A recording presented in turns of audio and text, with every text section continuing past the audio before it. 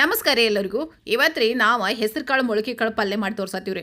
ನಮ್ಮ ಕಡೆ ಉತ್ತರ ಕರ್ನಾಟಕದಾಗ ಬಸವೇಶ್ವರ ಖಾನಾವಳಿಯಾಗದು ಈ ಮೊಳಕೆ ಕಾಳು ಪಲ್ಯ ಉಂತಿ ಊಟದಾಗ ಕೊಡ್ತಾರೆ ರೀ.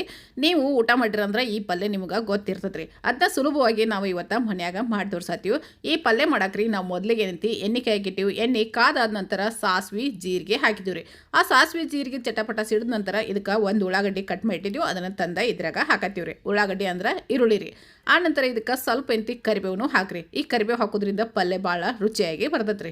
ನೋಡಿರಿ, ಅದನ್ನು ಚೆಂದಂಗಿ ಎಲ್ಲನೂ ಹಿಂಗೆ ಉಳ್ಳಾಗಡ್ಡಿ ಫ್ರೈ ಮಾಡಿರಿ. ಉಳ್ಳಾಗಡ್ಡಿ ಫ್ರೈ ಮಾಡಿದ ನಂತರ ನಾವಿಲ್ಲಿ ಹೆಸರು ಕಾಳು ಮತ್ತು ಅಲಸಂದಿ ಕಾಳು ಅವು ಮೊಳಕೆ ಬರ್ಸಿದ್ದು ಇದ್ದು ರೀ. ಅವನ್ನ ತಂದು ನಾವು ಇದ್ರಾಗ ಹಾಕಿದ್ದೀವಿ ರೀ. ನೀವು ಬರೀ ಹೆಸರು ಕಾಳು ಅಷ್ಟನ್ನು ಮಾಡ್ಬೋದು, ಅಥವಾ ಮಡಿಕೆ ಕಾಳು ಇರ್ತಾವ್ರಲ್ಲ ಮೊಳಕಿವ್ ರೀ, ಅವನ್ನಷ್ಟನ್ನು ಇದೇ ಥರ ಮಾಡ್ಬೋದು ರೀ.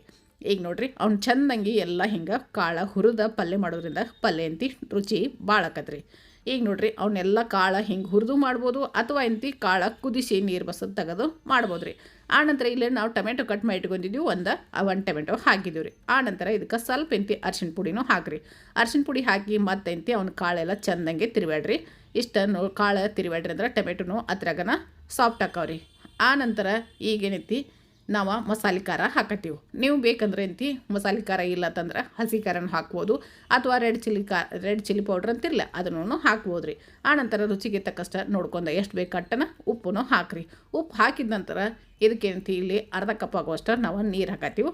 ನೀವು ಪಲ್ಯ ಎಂತಿ ಸ್ವಲ್ಪ ರಸ ಬೇಕಂದ್ರೆ ನೀವು ನೀರು ಇನ್ನೊಂದು ಸ್ವಲ್ಪ ಜಾಸ್ತಿ ಹಾಕಿರಿ.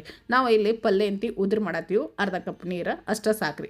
ನೋಡಿರಿ, ಒಂದು ಸಲ ಲಿಡ್ ಮುಚ್ಚಿ ತೆಗೆದ ಮತ್ತೊಂದು ಸಲ ನಡುವು ತಿರುಬೇಡಿ ಮತ್ತೊಂದು ಸಲ ಲಿಡ್ ಮುಚ್ಚ್ರಿ. ಅದಕ್ಕೆ ಕಾಳು ಪಲ್ಯ ಚೆಂದಾಗಿ ಕುದೀತಂದ್ರೆ ಭಾಳ ರುಚಿಯಾಗಿ ಬರ್ತದೆ ರೀ. ಇದನ್ನು ಕಡಕ್ ರೊಟ್ಟಿ ಜೊತೆನೂ ತಿನ್ಬೋದು, ಅಥವಾ ಚಪಾತಿ ಜೊತೆ ತಿನ್ಬೋದು ರೀ. ಭಾಳ ಮಸ್ತ್ ಅಂದ್ರೆ ಮಸ್ತ್ ಪಲ್ಯ ಆಕೈತಿ. ನಾವು ಎಲ್ಲರೇ ಊರಿಗೆ ಅದು ಹೋಗೋತ್ನಾಗ ಈ ಥರ ಉದುರು ಕಾಳು ಪಲ್ಯ ಮಾಡಿ ಕಟ್ಕೊಂಡು ಹೋಗ್ಬೋದು ರೀ.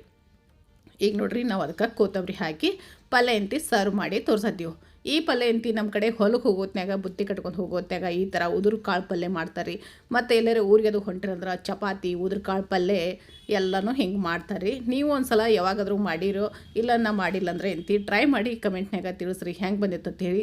ನಮ್ಮ ವಿಡಿಯೋ ಏನ್ರಿ ನಿಮಗೆ ಇಷ್ಟ ಅದು ಅಂದರೆ ಬೇರೆದವ್ರಿಗೂ ಶೇರ್ ಮಾಡಿರಿ. ನಮ್ಮ ಚಾನಲ್ ಸಬ್ಸ್ಕ್ರೈಬ್ ಮಾಡಿರಿ, ಫೇಸ್ಬುಕ್ದಾಗ ಫಾಲೋ ಮಾಡಿರಿ. ಇಲ್ಲಿ ತನಕ ವಿಡಿಯೋ ನೋಡೋದಕ್ಕಾಗಿ ನಿಮ್ಮೆಲ್ಲರಿಗೂ ಧನ್ಯವಾದಗಳು.